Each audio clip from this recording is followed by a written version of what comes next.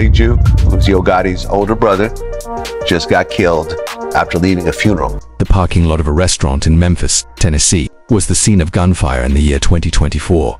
In a matter of minutes, Big Juke, the older brother of Yo Gotti, the leader of the hip-hop industry, was found lying on the concrete, bleeding. The fact that Yo Gotti ultimately took matters into his own hands and exacted his vengeance on the murderer was disclosed in a new video that was just released to the public. All of the essentials are in our possession. Let's get down to business. An account of Big Juke's meteoric ascension and the Memphis Empire. To have a better understanding of what took place on that January afternoon, we need to travel back in time, all the way back to the streets of Memphis, Tennessee, where two brothers were constructing something that would permanently alter the music scene in the city. Despite the fact that he was known to everyone as Big Juke, Anthony Big Juke Mims was more than just Yo Gotti's older brother. He was the pillar upon which an empire was set. During the time that Mario Yo Gotti Mims became the public face of collective music, grouped by signing musicians with platinum-selling records such as Moneybagg Yo, ESTG and Glorilla, Big Juke worked behind the scenes as a project manager and talent scout. He was the individual who ensured that the machine continued to function well. The majority of his Instagram posts did not consist of flexing or showing off. Instead, it was nearly solely devoted to promoting performances and artists associated with the CMG during the time that his younger brother was collecting honors in chart places. He was the one who became the link, the facilitator, and the person who made sure that the business side of things continued to move forward. However, success in Memphis comes with a price, and that price is frequently paid with blood rather than money. It is impossible to tell the story of Big Juke without mentioning the man whose shadow hangs over all that comes after it. Young Dolph, also known as Adolph Thornton Jr., was the personification of everything that the Memphis rap community required and feared at the same time. At the same time that he was fiercely committed to his Paper Route Empire label and totally uncompromising in his vision, he was in possession of an independent wealth. Dolph did something that was nearly unheard of in the music industry when Yo Gotti called him around the year 2014 and offered him the opportunity to join Creative Management Group C. It was a negative response. If it's something about you I just don't respect, bro, I can't sit and fake and act like it's all good. That's understandable. Know what I'm saying? Right. Like the first time I even met little dude, go in the studio. First time. He seen everybody out the studio. Like, let me holler at dog. Like, man, you got your own everything, bro. You popping. Like, bro, you got the money, you got your team, you got this, you got that. You're like, bro, I'm telling you, we can do this. This rejection did not sit well with this individual, and what began as a disagreement in business gradually grew into something that was significantly more hazardous. The feud that took place between Yo Gotti and Young Dolph in Memphis became the stuff of Memphis iconography. By this point, record deals were no longer the only concern. It was a matter of pride, territory, and determining who had the right to rightfully establish themselves as the king of Memphis. When Yo Gotti published The Art of Hustle in February 2016, Young Dolph launched his debut album, which was literally titled King of Memphis. This was the same day that Yo Gotti released his album. This was a very clear statement. It wasn't only a matter of competition. We were in a war. And I looked into this beef. I was really trying to figure out the Yo Gotti Young Dolph beef. Supposedly. Right. Some people say it was over a girl. Some people say Gotti wanted to sign Dolph and Dolph didn't want to sign. Right. Some people say, well, both of them had crews that were into some street shit or whatever. All this sounds very unnecessary for it to turn to murder and life sentences. There was a reciprocal amount of contempt, but Dolph pushed it to an entirely new level. The song Play With Yo Bitch was published by him in 2017, and it was so savage that it made fun of Yo Gotti by dubbing him Ho Gotti. Additionally, the music video depicted a Gotti doppelganger getting humiliated at the hands of Gotti. And it wasn't just Gotti who was targeted by the song. Big Juke was directly targeted as well. There was a very vicious diss song where Dolph was dissing Gotti's brother, Big Juke, who obviously has become a big part of this. He's obviously his life was taken in the end. But, that was one side of the beef. Dolph dropped that very, very vicious diss track. What was it? I think it's called Play With Your Bitch. Yeah. Absolutely tore Big Juke and Yo Gotti apart. He had the body double in the video.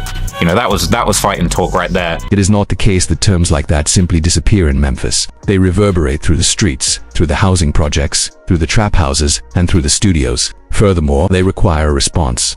Bullets were used to deliver the response in the month of February 2017. While Young Dolph was in Charlotte, North Carolina, his armored SUV was sprayed with more than 100 rounds of ammunition. Unbelievably, Dolph was able to exit from the incident unscathed and proceed to perform his show on the same evening. To the fact that the incident served as the inspiration for his album Bulletproof and the single 100 Shots, What Ought. to have been a tragedy turned out to be a marketing success. An musician from the CMG label named Black Youngster was one of the individuals who were initially charged in connection with the incident. Even though the accusations were later dismissed, it was quite evident that Dolph's camp had made their point. Someone on Gotti's side had attempted to eliminate him, but they were unsuccessful in their efforts. After that, in September of 2017, Dolph was shot numerous times outside of the Loews Hollywood Hotel in Los Angeles. The first reports identified Yo Gotti as a person of interest, as he was staying at the same hotel at the time of the reported incident. After further investigation, the Los Angeles Police Department exonerated Gotti. However, his associate Corey McClendon was detained for attempted murder and eventually freed without charges. At the end of everything, Dolph managed to survive. He continued to compose music. He continued to talk while also continuing to make money. Nevertheless, Big Juke was allegedly keeping score, as stated by the prosecutors. The purported events that took place after that would not be brought to light until many years later, in a courtroom in Memphis, when a guy who was on trial for his life began naming particular individuals, Big Juke, who had been disrespecting young Dolph for years and making unsuccessful attempts to take his life. Allegedly made the decision to place a price on his rival's head. The prosecutors claimed that Big Juke offered $100,000 to anyone could ultimately quiet young Dolph. To add insult to injury, he was not going to stop there. It was revealed that there was a hit list in the court records that appeared throughout the trial. In the end, it was young Dolph who won $100,000. It is said that Key Glock, who is Dolph's cousin and the second most successful artist on Paper Route Empire, has a net worth of $50,000. Other pre-members received smaller rewards, including Moochie Grape, who received $5,000, Snoop Bands, who received $20,000, and Pre Woo, who received $50,000. As more information is coming out, there was a list of people that Big Juke, allegedly put hits on. Yeah. Like you said, Young Dolph was 100,000. Key Glock, who's the second biggest artist on the label, was 50,000. Pre Woo, 50,000. Snoop Bands, 20,000, and Moochie Grape, 5,000. So he was allegedly putting hits on a whole bunch of people. It would appear that Big Juke was involved in more than simply the music industry if these charges were credible. His war against Paper Route Empire was a one-man operation that he was leading. In addition, on November 17, 2021, a person was eventually successful in collecting the largest bounty of them all. Everything was different after the murder of young Dolph and the trial that followed. On November 17, 2021, the day before Thanksgiving, young Dolph drove up to Makeda's Homemade Butter Cookies, a tiny bakery in South Memphis that he had frequented a great number of times in the past. It was his way of giving back to the community that had raised him, and he was in town conducting his yearly turkey giveaway. He came in by himself with the intention of purchasing some of his most beloved cookies. The man never left the room. Two individuals emerged from a white Mercedes-Benz that had been stolen, each of them armed with a handgun and a semi-automatic rifle. These individuals opened fire through the glass of the bakery, striking Dolph a total of 22 times. On surveillance footage, the assault was filmed in its entirety. In broad daylight, a cold and deliberate assassination was carried out. A state of astonishment engulfed Memphis. A flood of tributes came in from people working in the music industry. On the other hand, there were districts of the city where people were not mourning. The occasion was a celebration. Investigation progressed at a rapid pace. Both Justin Johnson, an aspiring rapper who went by the name Straight Drop, and Cornelius Smith were taken into custody by the police.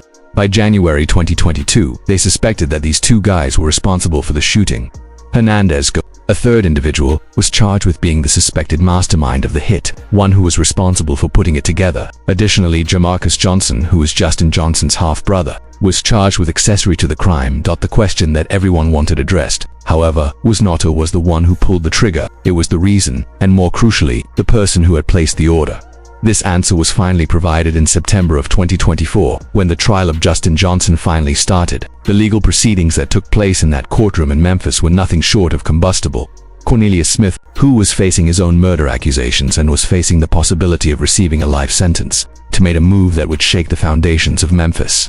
Hip-hop. He consented to testify against the other defendant in the case. Everything was altered as a result of what he stated in his testimony. Smith stated that Hernandez Govan had recruited him and Justin Johnson to carry out a hit, which was a contract of $100,000 that was supposedly obtained straight from Big Juke.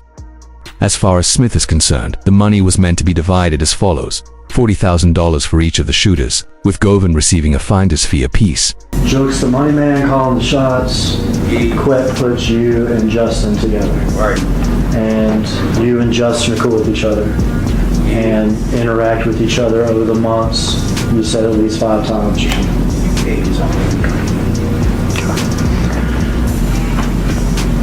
you're trying to, now we're back after the murder, you're trying to get your money. Right.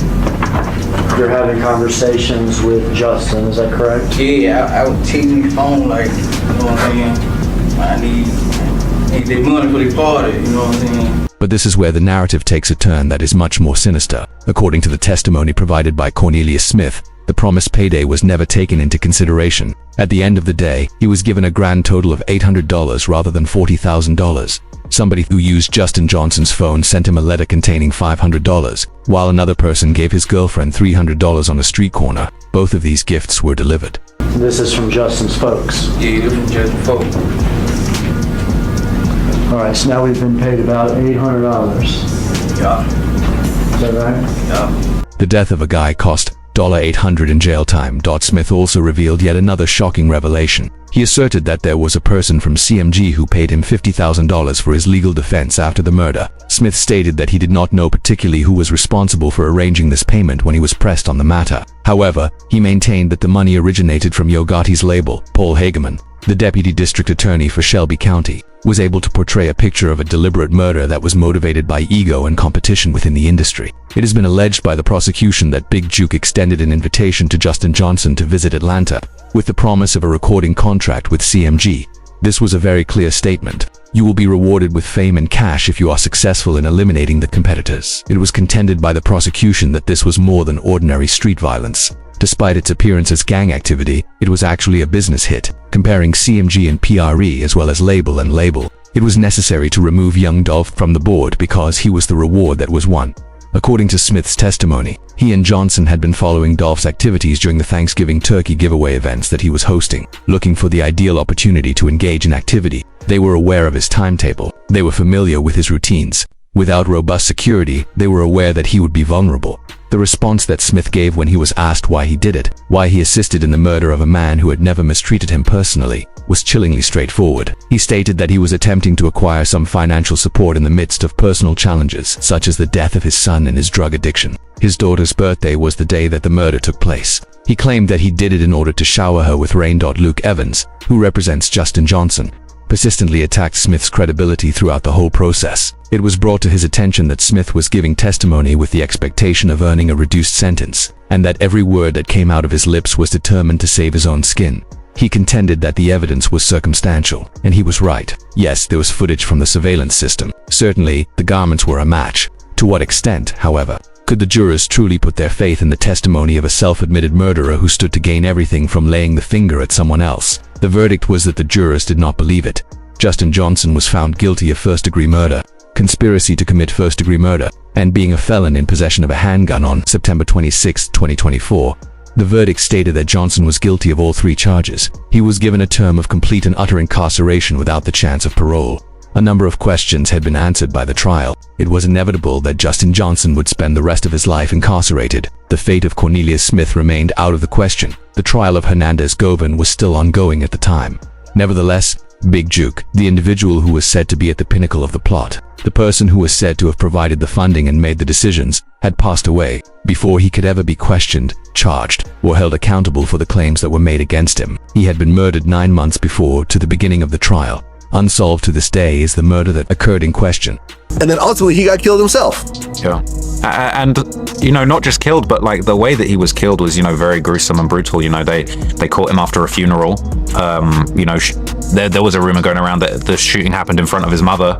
And, you know, the footage of Juk bleeding out on the ground was even circulating on social media. So it was a very gruesome. Both the assassination and the questions that remain unsolved. The afternoon of January 13th, 2024, a Saturday in Memphis took place.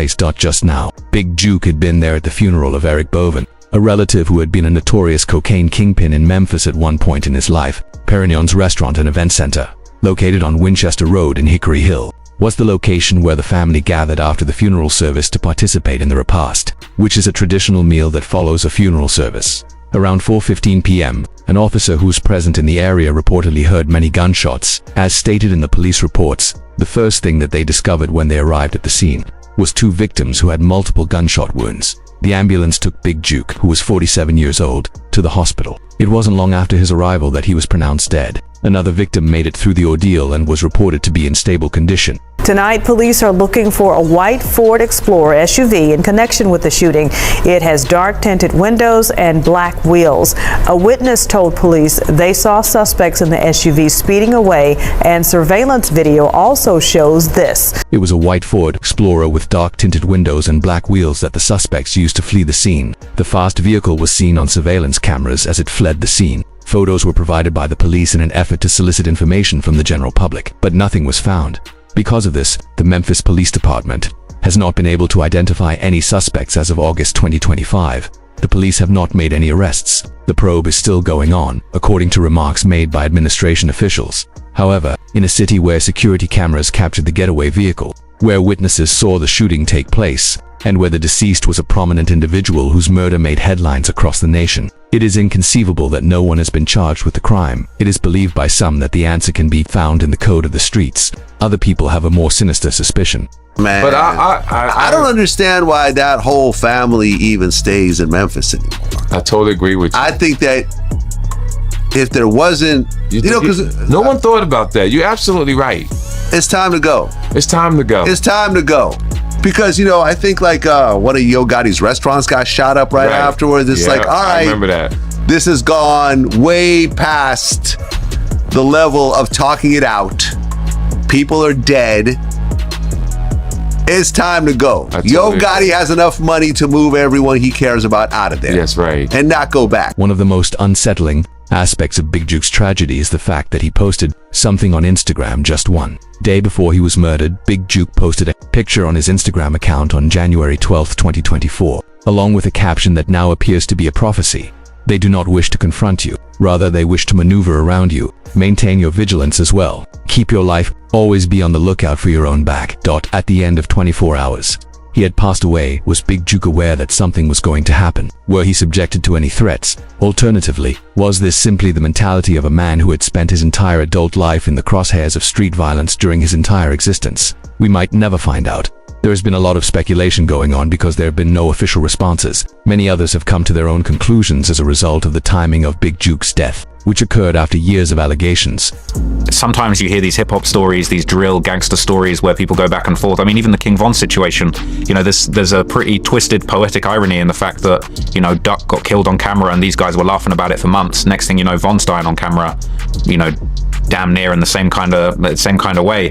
And for that to have happened to Dolph and Juke, it just shows that if that's the energy you put out, that's the energy that can come back around for you. Regarding his role in the murder of young Dolph, but before he could ever face formal charges, there is evidence that individuals affiliated with Paper Route Empire engaged in social media activity after Juke's passing. According to some, instead of expressing sorrow, the posts appeared to be filled with joy. Messages in a cryptic form concerning dolphins and the years. Some people believe that this is an example of reading too much into the ordinary din of social media. Yeah, and there was a lot of really bad talk that happened leading up to it. If you look on YouTube, Big Juke was laughing about young Dolph on live. CMG don't miss twice. Talking about snakes and stuff like that. And I don't know if it has anything to do with Dolph. I have no idea. From the outside looking in, though, that's what it unfortunately appears to be. Immediately following the discoveries that were made during the trial, music manager WEC 100 issued a public warning to Yo Gotti, saying that federal authorities might pursue RICO charges against CMG. Treating the label as if it were a criminal business, no such charges have been brought up as of this moment. Yo Gotti has, for the most part, maintained his silence throughout all of this happening, including the trial, the claims, and the murder of his brother. The allegations that were made during the trial for the murder of young Dolph have not been addressed in any public statements that he has delivered. Beyond the first period of grieving, Yo Gotti has never publicly addressed his brother's passing, and CMG has not commented on the allegations that the label paid for Cornelius Smith's legal bills. Yo Gotti has also never addressed the charges. This silence is seen by some to be the prudent legal move. In the future, you should avoid saying anything that could be used against you. For some people, it is a sign of guilt or, at the very least, involvement. Still, some are of the opinion that Yo Gotti is merely grieving in solitude, with the intention of shielding the members of his family who are still alive from any further misery. The tableau that Memphis had experienced for a funeral was unlike anything that the city had ever seen before as Big Juke was finally laid to rest. There was a circling of helicopters above. Up on the rooftops, there were snipers stationed. There was an overwhelming presence of police. This was a very clear statement. The funeral was not something that Yo Gotti and his family were willing to take any chances with. How do we stop that cycle? Because I heard Rick Ross call and say, bro, let's put the guns down. Let's put the masks down. Let's come together. Yeah. Let's build these communities. Let's get this paper together. About, you know, what were you put on this earth for? As we come to the end of the story, I have some questions. Big Juke was murdered by who? Does anyone ever face criminal charges? And is there any indication that the violence that has resulted in the loss of so many lives in Memphis will ever come to an end? The investigation is still ongoing at this time. For the time being, the Memphis Police Department is requesting that anyone who may have information get in touch with Crime Stoppers. It is possible that justice will never be served in a place where silence is the only way to survive, where snitching can result in your death, and where the bodies continue to pile up on both sides of a war that has been going on for 10 years. You can view further videos similar to this one by clicking on one of the cards that are displayed on your screen.